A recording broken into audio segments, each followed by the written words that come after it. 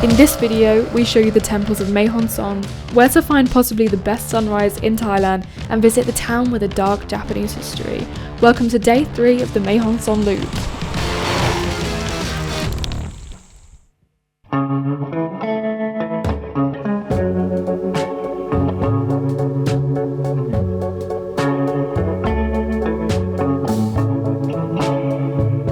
It's very chilly on the bike. Dom's got sun cream on today. We found some in 7-Eleven. You wouldn't think I'm freezing by my arms.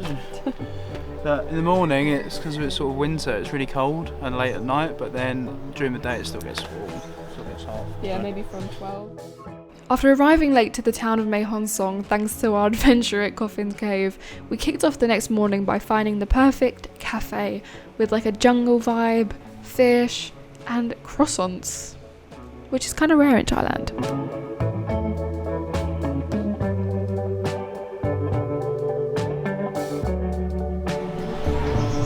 Oh, is this where you came? The croissants. Or the scones. Oh wow, look at the pan chocolate. Smells good. I rarely have hot coffees now, but I feel really cold. So a nice hot cappuccino. But it's coffee's really good. They roast their own coffee and by the looks of it. They've got all the equipment over there.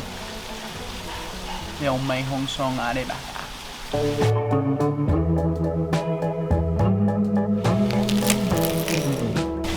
Not eating a croissant with knife and fork. Well, I'm sorry, you can't bypass. Fresh.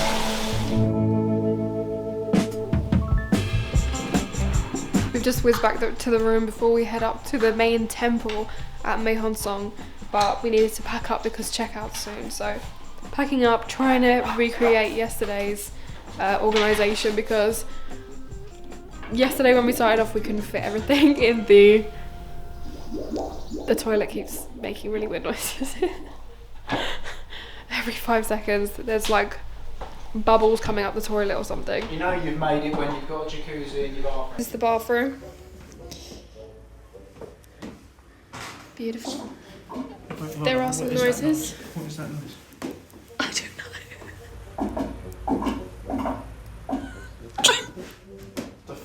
Is it not?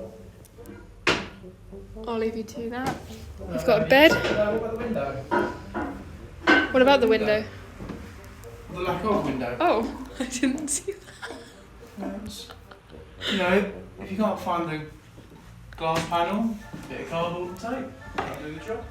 I mean, outside it looks really nice, but then in the room, I don't know why they chose this colour. I just don't know. Why? I mean, if the prison mattress didn't sell you, then I don't know what will.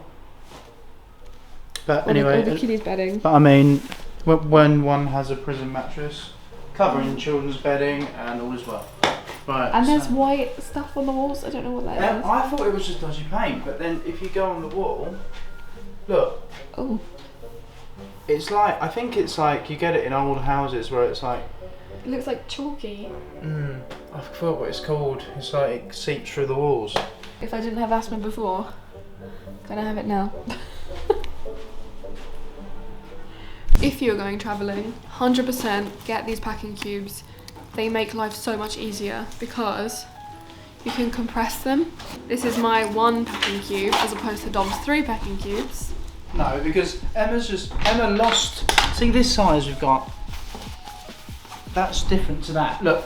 So this is, yeah, they're different. They're the same size. No, they're not, Emma. That's all right. You tell me. Look at that cube there. Hold that. You're telling me that's the same size? It look, is the same size. Well, but look, mine's not compressed. Yeah, but I've got less in. So what I've done is the same amount of clothing. I've spread it out to organise them, and it uses up the same space. But then you're trying to tell me that I'd pack loads and you pack none. Yeah, well, hold those 3 up. No, look, I'm not holding 3. Clothes. Hold your 3 because up. That's not to all it. of your clothes. This is all my clothes. No, you've got other clothes too. Where? I don't know, but this somewhere. is my only clothes. You've got them somewhere. But these, Look, that's just yours. a pair of jeans. Hold all your 3 no, up. there you go. Hold your 3 bags next to mine. Mine's the green one, and that's Dom's. Yeah, well, and this isn't compressed yet, I'm large. so I'm larger, so I have more fabric. this is really good because you take the zip and it just shrinks it. It pushes all the air out, and that is my clothes for 1 week. Oh, aren't you special? Feeling that someone's watching. Well, that's because they bloody well might be. Because you've got the perfect peeping, not peeping Tom, but the perfect peeping Dom hole. No, this is the stop the. Yeah, it stops the mosquitoes. It stops the mosquitoes coming through the peeping hole. Right, let's go. We said goodbye to the hotel and jumped back on our motorbike to head to Wat Chong Klan, a Buddhist temple with a Burmese influence, so it's slightly different to those you normally find in Thailand. So the people of Mae Hong Son, they're 60% Shan people, the population, so they emigrated about 150 years ago from Burma, and the language is slightly different, the temples are all different. There's so many different temples here. I mean, you can see 1, 2, 3, 4, 5 different temples just from where I'm sitting right now. So the temples are slightly different in that, to me, they appear more ornate and the decorations are slightly different.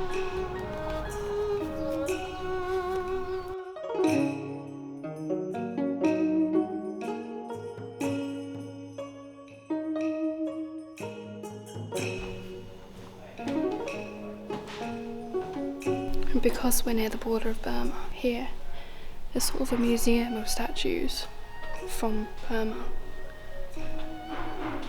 Some of them are really interesting. These puppets.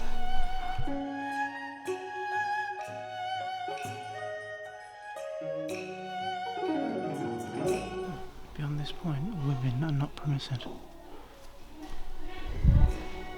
Oh yeah.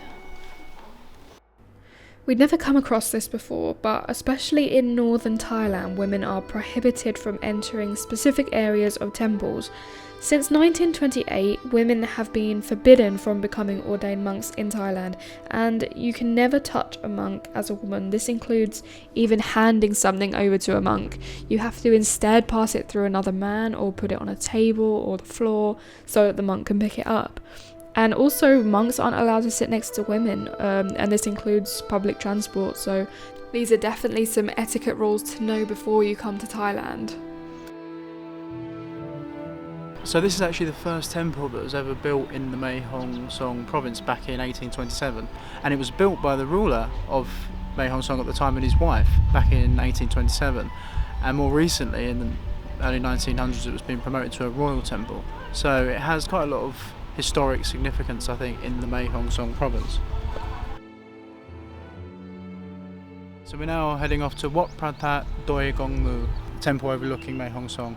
So hopefully we can get a nice bird's eye view of the area, and hopefully the pollution doesn't ruin the view too much, like at Pai. Pai. I mean, it was still good at Pai. Yeah, it was still you nice. could see that it would have been better without the pollution. Yeah. But you can literally see it in the background up there. So this is Wat Pratat Doi Gong Mu, and that's where we're off to.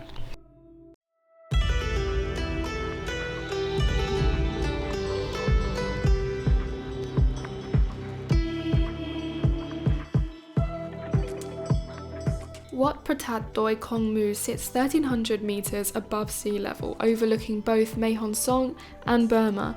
Kong Mu in Shan language means the stupa, with the most striking part of the temple being the 2 giant white stupas, both of which contain relics from Buddha's disciples. While the stupas were impressive, once again we'd visited what should have been an epic viewpoint, but the smoke had totally taken over by midday, so we left for the next town on the loop, Khun Yuam.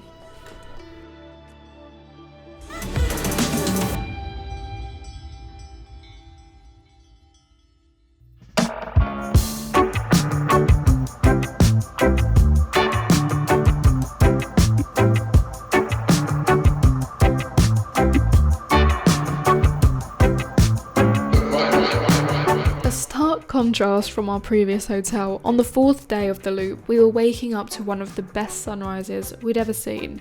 While the room was modest and cosy, the wide windows and balcony overlooked sprawling rice paddies and endless layers of mountains in the distance.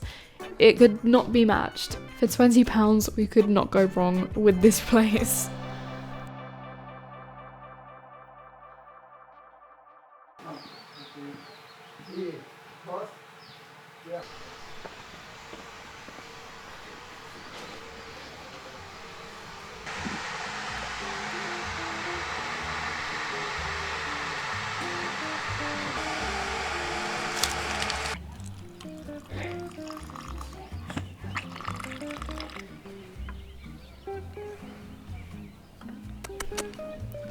Breakfast was included with our stay, which meant unlimited toast with Nutella, an omelette, seasonal fruit, all on a deck overlooking the view. We had a slow morning, enjoying the views, playing with all the local cats, and waiting for the horrible smoke to seep in once again.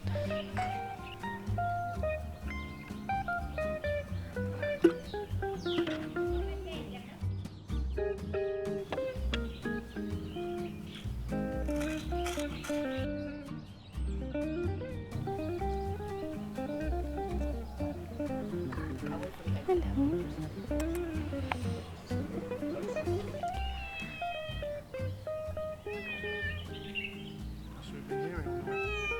Hello. Oh. Hello.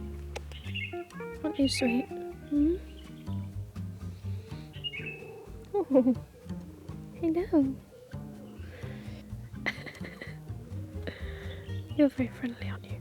Yes, you are. Yes, you are. Oh.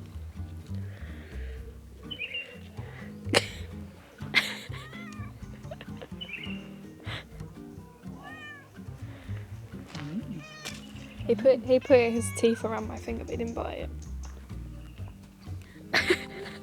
Oh my god. Still not many months. Something could scratch on your boots. Got a good scratch patch, don't I? Get your arse on me. He's going to roly poly. Roly poly. Right, there now. Bye bye. We'll take your scratch patch away out.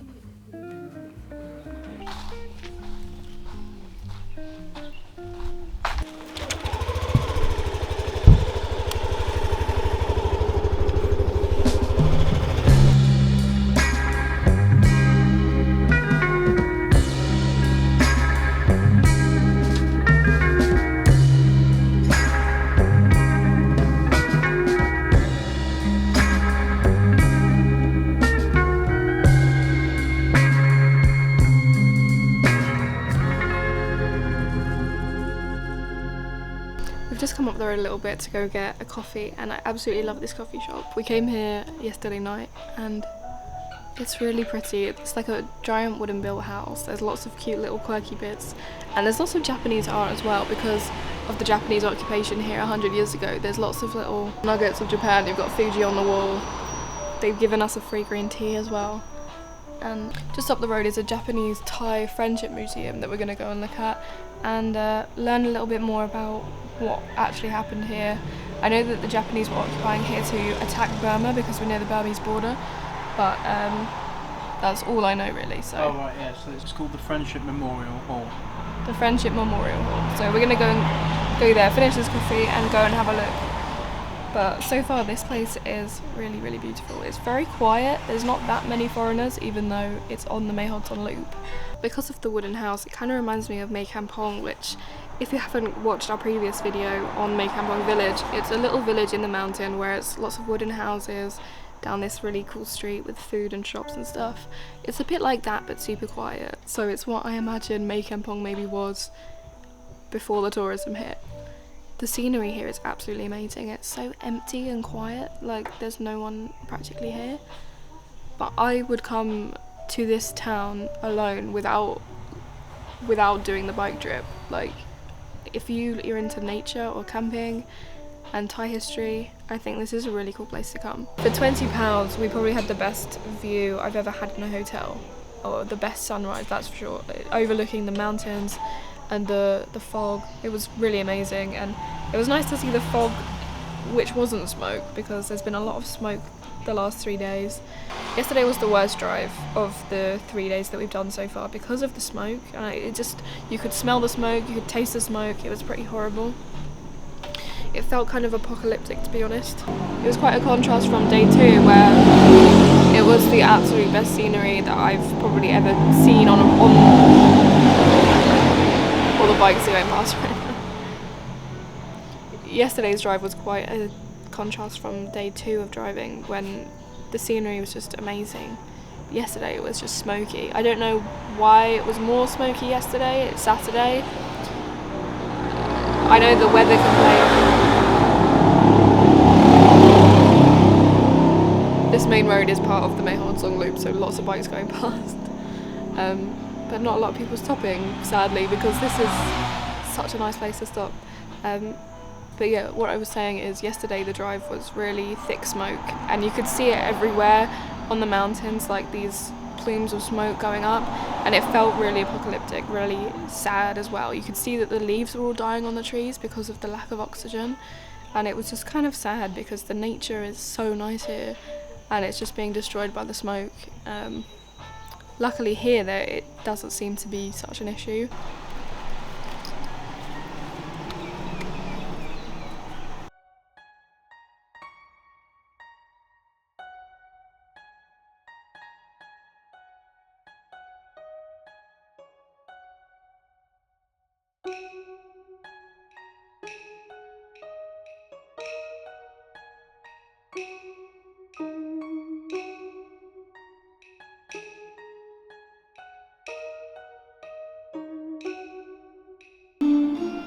Khun Yuam ตั้งอยู่บนดินแดนอันเป็นรอยต่อของสองประเทศเป็นชุมชนเล็กๆที่สงบเงียบท่ามกลางภูเขาอันอุดมสมบูรณ์ผ่านหัวเมืองทางเหนือเข้ามาว่าสงครามโลกครั้งที่ 2เกิดขึ้น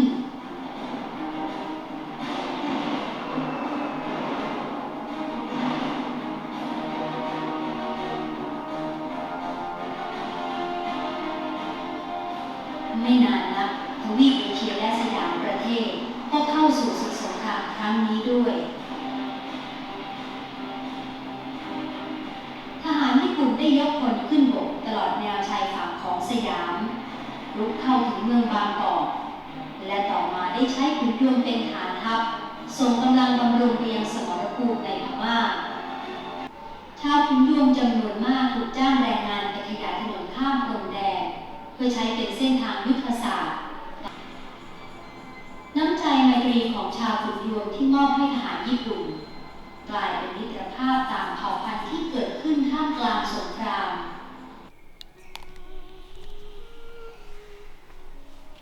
So while the British were there and the French were there, Japan came up through Bangkok and up to Mae Hong Son.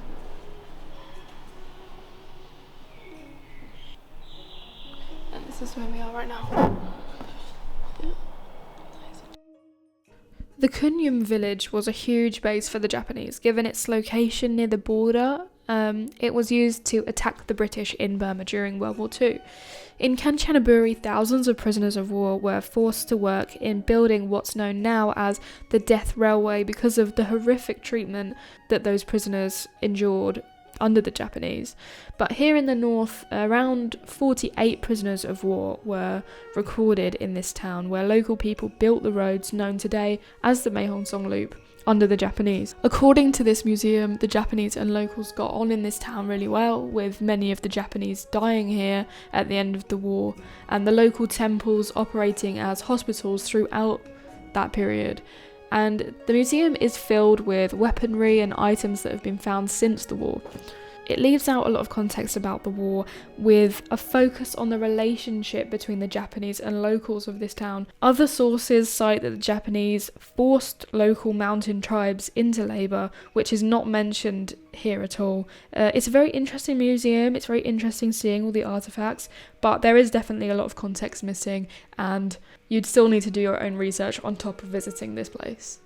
We definitely want to go and visit the Death Railway and show a bit more context to the Japanese occupation of Thailand. There is a lot of history that I feel like we don't really learn, especially people of our age in our 20s. I didn't really have a clue about it. The same with Pol Pot in Cambodia. I did a lot of my thesis for my degree on that because it's just something we don't learn about at school, and it was so interesting reading about it and how horrific it was. Pieces of history like this definitely need to be displayed and shown and told so that history doesn't repeat itself, and definitely want to visit the death railway in Kanchanaburi and show you what it's like there. Going to end the video here, and thank you for watching. I hope you enjoyed the video. Please like and subscribe, and if you fancy it, come join us over on Patreon where we do monthly live streams. There's extra content from behind the scenes and just general extra content, and plus it really helps us out. So thank you for watching, and see you in the next one.